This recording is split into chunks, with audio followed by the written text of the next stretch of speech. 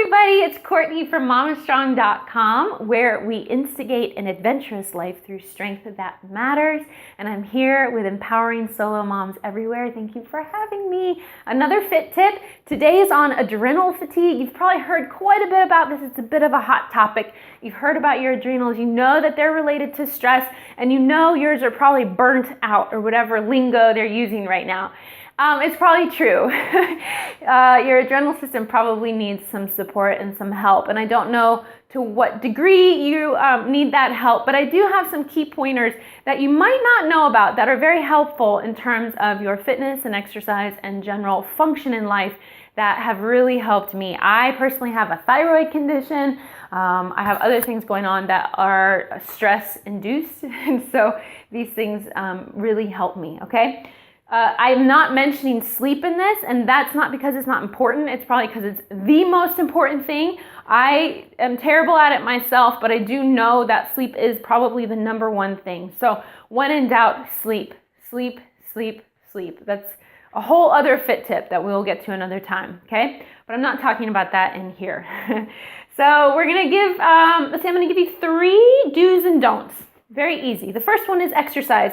Don't, when you are stressed, when you know your adrenals are completely maxed out, do not do crazy workouts with heavy lifting.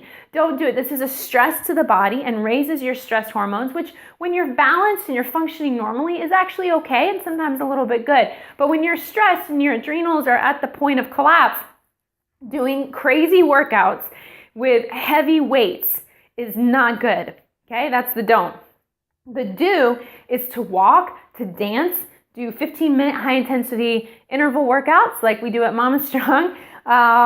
You want to stretch. You want to think easy breezy movement. This doesn't mean that your intensity is low. It's not like you need to go to yoga and do recuperative yoga. I mean, you can do that too, but it means that you want to keep it without that heavy weight, okay? You want to think of easy breezy movement that gets blood flowing, gets you sweating. That is actually really good for stress and does the opposite that the heavy lifting does, okay? Focus on that. It will make you feel a lot better. The second do and don't is nutrition. This is obvious, but obviously you don't want to reach for the quick fixes, the caffeine, the refined sugar, and the refined carbohydrates. I know that's what your body is craving, but you don't want to reach for that throughout the day, all day long as a general operating mode. I know you want it, but it will only perpetuate and intensify the original problem. So don't do it, okay? What you want to do instead is you want to be realistic. You don't want to live in restriction or deprivation because that doesn't work. You're not going to be perfect, okay? So my suggestion is throughout the day as your general operating mode to eat really well. Don't wait until you're starving. Eat well, high quality protein. We all know what food is, good food, right? High quality protein, whole grains, good fats, and what was the other one? Leafy greens, super important. Greens, greens, greens, greens, lots of greens. Reach for those and eat those throughout the day as your main deal, okay? Then, this is the fun part. At 4 p.m., 3 to 4 p.m., when your body is naturally going into a dip, this is very normal, happens to everybody, whether you're stressed out or not. At 4 p.m., I want you to reach for a sweet, comforting snack. Do it without regret, without apology.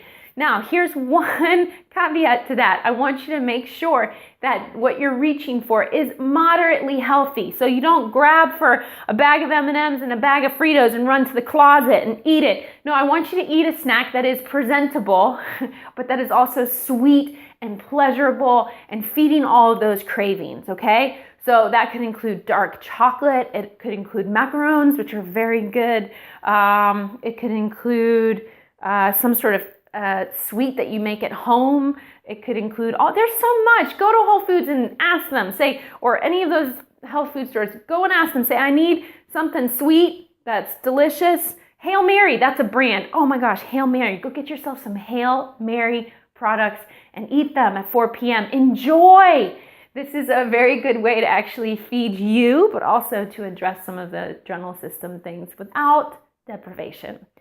And final thing, number 3 do and don't is relationships. I know you don't actually hear about this with adrenal fatigue. I want you to Don't engage in unnecessary drama. Don't do it. Relationships with people, with work, with deadlines, with kids.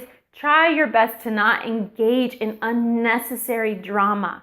Okay? I know there's more to the story than this. Now, do default to gentle when possible. Life is harsh and abrasive a lot of times, and so much of our life as solo moms really does epitomize that. So, because you can't control the harshness and the abrasiveness and the drama and the chaos in many relationships, I want you to set your default mode at gentle. That means when possible, and when you have the choice, which is sometimes you do, when you have the choice that you're choosing the gentle one, okay? I know that's going to take some practice and some thought, but you can do it, and you can start to see how by defaulting to the gentle mode when possible, when that tornado and the chaos shows up in your life, you're going to be much better at handling it, which will actually help to heal your adrenals as well and keep things a little bit more even-keeled and healthy and exactly where you want it to be. So those are my 3 do's and don'ts. I hope they make sense. If you need any more help or guidance,